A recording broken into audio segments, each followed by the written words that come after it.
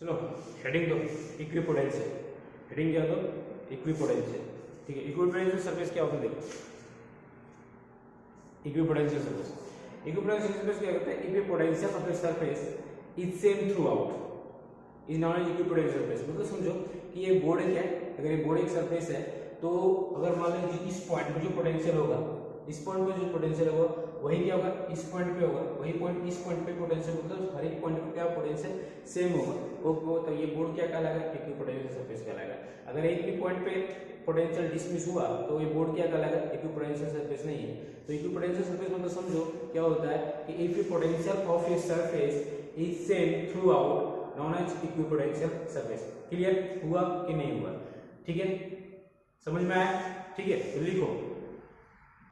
हाँ तो देखो क्या है, if the potential of a surface imaginary और physically existing is same throughout is non as equipotential, non as an equipotential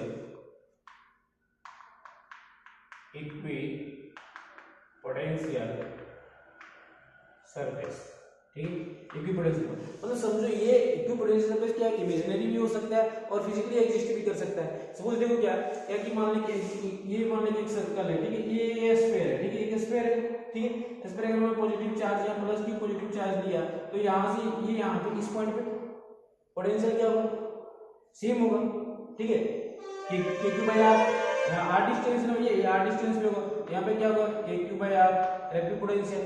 ठीक है, इसी पॉइंट पे भी क्या होगा q बाय r, इस पॉइंट पे भी क्या होगा q बाय r। अगर मान लीजिए इसके ऊपर और एक स्फीयर होगा, इमेजिनरी होगा, ठीक है, तो यहाँ पे भी यहाँ से यहाँ पे सेंटर से q ये r डिस्टेंस है, तो इस पॉइंट पे भी क्या q बाय r, इस पे भी इलेक्ट्रिक पोटेंशियल उतना ही होगा q by r, q by, समझ में आया?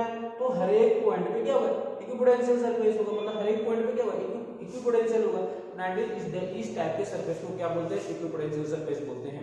क्लियर, समझ में आया? अब इसको प्रॉपर्टी पढ़ेंगे, प्रॉपर्टी रटना नहीं है, ठीक है, समझना है क्यों होता है, कैसे होता है। क्लियर, ठीक है, उतार दो। हम नेक्स्ट क्या पढ़ेंगे, प्रॉपर्टीज ऑफ इक्विपोटेंशियल सरफेस। क्या पढ़ेंगे, प्रॉपर्टीज ऑफ इक्विपोटेंशियल सरफेस। क्या पढ़ेंगे, प्रॉपर्टीज ऑफ इक्विपोटेंशियल सरफेस। मतलब इक्विपोटेंशियल सरफेस का कुछ प्रॉपर्टीज होता है, इंपॉर्टेंस होता है, इसको बीबीआई कर लो भैया, ये हमारे बहुत बार पूछा जाता है। ठीक है, इक्विपोटेंशियल सरफेस कंपटीशन में पूछा जाएगा, 2-4 का ऑप्शन दे दिया जाएगा। ठीक है, तो प्रॉपर्टीज का हर किसी को प्रॉपर्टीज होता है, तुम्हारा भी है, अपना भी है, हर किसी का व्यक्ति को प्रॉपर्टीज होता है ना, हर चीज का प्रॉपर्टीज होता है कि नहीं होता है? तो इसको भी अपनी प्रॉपर्टीज होती है इसकी इक्विपोटेंशियल सरफेस का, और वो पढ़ लेंगे इक्विपोटेंशियल सरफेस क्या होता है। तो देखो इक्विपोटेंशियल सरफेस से क्या होता है कि समझ में आया ना, पहले उतारो उसके बाद समझाते हैं मस्त है। तो पहला प्रॉपर्टीज क्या है कि देखो सुनो, पहला प्रॉपर्टीज क्या है और कैसे होता है, क्योंकि कहते हैं कि वर्क जो होता है ना, क्या होता है कि अगर हम किसी भी चार्ज को ना हम क्या करेंगे, एक पॉइंट से दूसरे पॉइंट तक शिफ्ट करते हैं। क्या करते हैं, व्हेन ये charge shifted from one point two another point. ठीक है, एक चार्ज को मान लीजिए चौक है, ठीक है, और मान लीजिए ये सब यहाँ से हम यहाँ तक शिफ्ट, ये चौक क्या चार्ज है और ये चार्ज को हम यहाँ से यहाँ तक शिफ्ट कर रहे हैं, मतलब ये चार्ज ये बोर्ड का इक्विपोटेंशियल सरफेस है, तो ये चौक को यहाँ से हम लेकर यहाँ तक शिफ्ट किए हैं। ठीक, किसी भी चार्ज को वन पॉइंट से दूसरे पॉइंट तक शिफ्ट करेंगे तो वर्क डन जो करना पड़ेगा किसके अगेंस्ट इलेक्ट्रोस्टैटिक फोर्स के, इलेक्ट्रोस्टैटिक फोर्स के अगेंस्ट जो वर्क डन करना पड़ेगा वो वर्क डन क्या होगा, 0 होगा। समझ में? मतलब समझो किसी भी चार्ज को, अगर किसी भी चार्ज को एक पॉइंट से दूसरे पॉइंट तक शिफ्ट कर रहे हैं, किस पे, electrostatic on the surface of equipotential surface, on the equipotential surface पे। ठीक है, अगर हम किसी चार्ज को एक पॉइंट से दूसरे पॉइंट तक शिफ्ट कर रहे हैं तो उसका जो इलेक्ट्रोस्टैटिक फोर्स के अगेंस्ट जो वर्क डन करना पड़ेगा वो क्या होगा, मेरा 0 होगा। पहला प्रॉपर्टी समझ में आया या नहीं आया? धसा कि नहीं धसा, चमका कि नहीं चमका, चमका कि नहीं चमका, हाँ या ना, चमक गया। चलो ठीक है, तो लिखो, चलो लिख लो। अभी जो बताएं कि when a charge is shifted from one point to another point on an equipotential surface then work done against किसके अगेंस्ट इलेक्ट्रोस्टैटिक फोर्स 0। तो हम अगर जो वर्क, जब किसी भी चार्ज को एक पॉइंट से दूसरे पॉइंट तक शिफ्ट करेंगे किसमें, और अगर इक्विपोटेंशियल सरफेस पे हो तो जो फोर्स जो हम किसके अगेंस्ट जो वर्क डन करेंगे किसके अगेंस्ट में, इलेक्ट्रोस्टैटिक फोर्स के अगेंस्ट में, तो वो वर्क डन क्या होगा, 0 होगा। समझ में आया कि नहीं आया? आया? ठीक है, ठीक। नहीं कैसे होगा, रटना मना है, समझना समझ लो कि जबरदस्ती ये कैसे होगा, समझ में आ रहा है? कोई मतलब कुछ भी बोल दिया तो समझ रहे?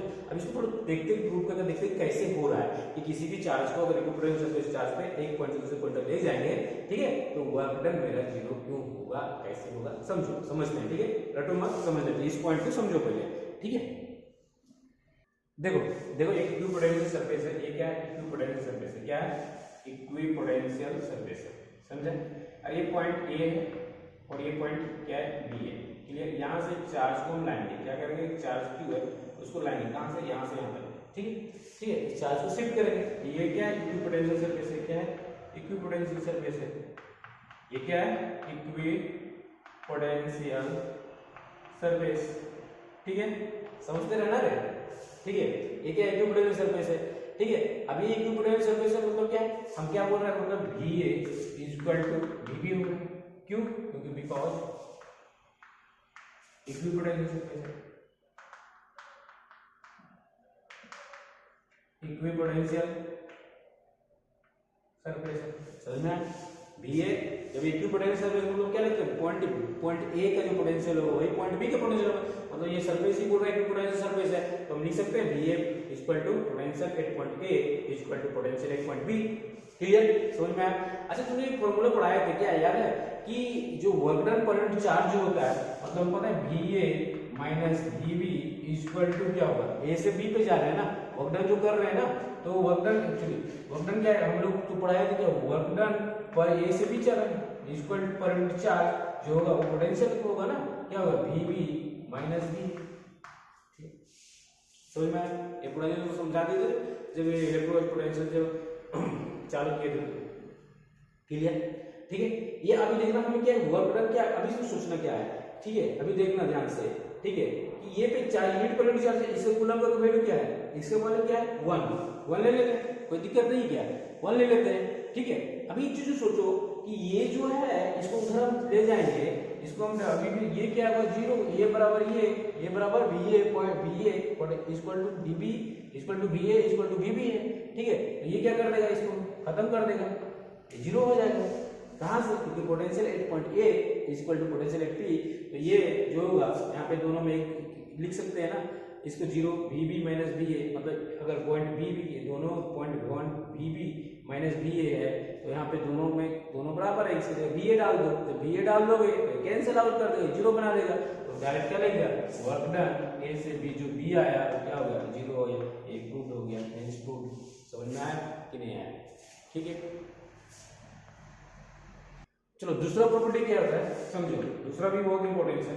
दूसरा प्रॉपर्टीज क्या होता है कि electric field is always perpendicular to the equipotential surface, ठीक है, कि इलेक्ट्रिक फील्ड जो होगा वो हमेशा इक्विपोटेंशियल सरफेस के नॉर्मल होगा, समझ में आया, क्लियर, ठीक है। अभी देखते हैं कैसे, चलो लिख लो, electric field is always perpendicular to the equipotential surface, लिख लो, उसके बाद दिखाते हैं कैसे क्यों होता है, ठीक है, रटो मत,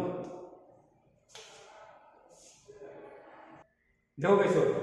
मान लेते हैं इक्विपोटेंशियल सरफेस है, क्या ये इक्विपोटेंशियल सरफेस, समझो ध्यान से, ये क्या इक्विपोटेंशियल सरफेस है, पहले क्या बोल दिया, इक्विपोटेंशियल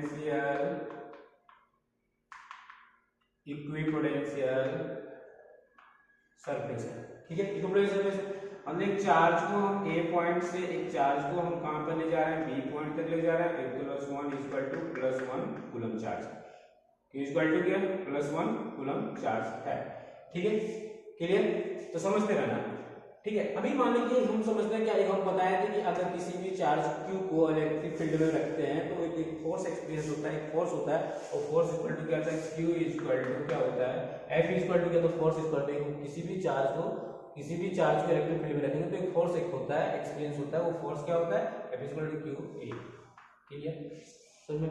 Q का वैल्यू क्या है, 1 है, तो Q की वैल्यू 1 है, तो F इक्वल टू क्या लिख सकते हैं, लिख सकते हैं कि नहीं लिख सकते हैं, देखते रहना, क्लियर, कोई दिक्कत है कि नहीं है, ये भी बताते चलना, वेक्टर क्वांटिटी है, कोई दिक्कत नहीं है, ठीक है, समझ में आया कि नहीं आया, ठीक है, ठीक है। अभी देखना, अभी हम क्या कर रहे हैं, वर्क डन कर रहे हैं, मान वर्क डन मान रहे हैं, तो चार्ज को हम A पॉइंट से, इस चार्ज Q को हम क्या करेंगे, A पॉइंट से B पॉइंट तक ले जाएंगे, तो लेग 3 में तो जाएगा नहीं, फ्री में कोई चीज होता है क्या, नहीं फ्री में नहीं जाएगा, तो उसके बदले को वर्क डन करना पड़ेगा। तो वर्क डन लिखेंगे क्या, वर्क डन ए से बी। अच्छा वर्क डन का सबसे बड़ा फॉर्मूला क्या होता है, फोर्स इनटू कितना खिसका, मतलब कितना डिस्प्लेसमेंट हुआ, मतलब कितना खिसका, तो हम इसको डी आर खिसका देंगे। ये क्या कर रहे हैं, सबसे डी आर खिसका देंगे। तो सबसे पहले क्या करेंगे, डी आर खिसकाएंगे हम, तो खिसकाएंगे तो क्या करेंगे डब्ल्यू ए क्या लिखेंगे, फोर्स इनटू डी आर। कोई दिक्कत है क्या, नहीं, ठीक है। अच्छा अभी देखो फोर्स की जगह हम ई लिख सकते हैं, ए लिख सकते हैं इनटू डॉट डी आर। कोई दिक्कत है नहीं है, समझ में आया, क्योंकि ये बराबर है, ऊपर से लिख सकते हैं यहाँ पे। तो हम लिख सकते हैं W A B equal to इसका, अच्छा डॉट प्रोडक्ट ओपन करो, क्या लिखेंगे, E D R cos theta, E D R cos theta.